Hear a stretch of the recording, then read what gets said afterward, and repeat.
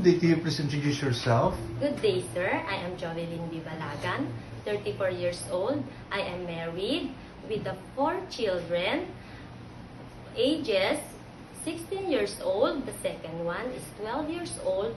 The third one is 6 years old. And the youngest one is 4 years old. I am a college level with the course of Hotel Restaurant Management. I have 1 brother, 4 sisters, and I am the 4th child of the family. Okay.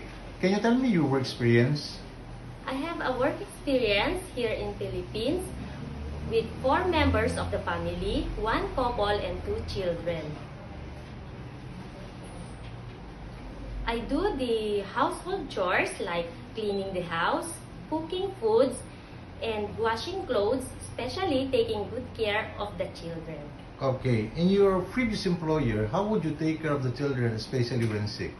I always check the temperature and call my employer, sir.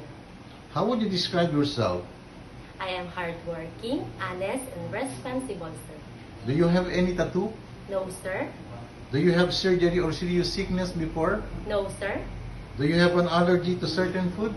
No, sir. Do you smoke and drink alcohol? No, sir. Why do you want to work abroad? I want to go abroad, sir, to earn money to provide the needs of my children, especially to secure the financially stable for the future of my family, sir. Okay. If you get hired, who will take care of your children? My husband and my parents-in-law, sir. If you're homesick, what would you do? I will focus on my work, sir, to remind myself that I need this job for my family, sir. Okay. What time do you usually sleep and wake up when you were working?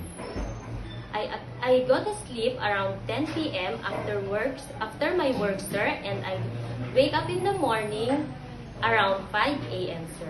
Are you the one who do the cooking and marketing at home? Yes, sir. Sometimes kids are super active and they tend to be out of control. How would you control your temper? I will be more patient and calm when dealing with the children, sir. Okay. Do you accept no day off but to be paid instead by your employer? Yes, sir. When you visited the parents, relatives, and friends of your employer, will you help and do the housework there? Yes, sir. Can you promise not to lend money in Hong Kong? Yes, sir.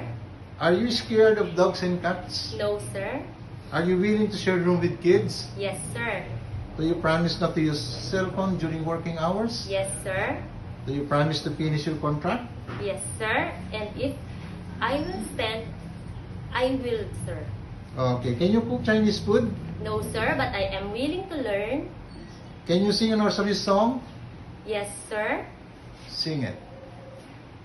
There was a farmer had a dog. Bingo was his name. Oh, B-I-N-G-O, B-I-N-G-O, B-I-N-G-O, and Bingo was his name. Oh. Okay. What is your message to your future employer? Good day, sir, ma'am. Hope you select me as your helper. I am hardworking, responsible, and honest.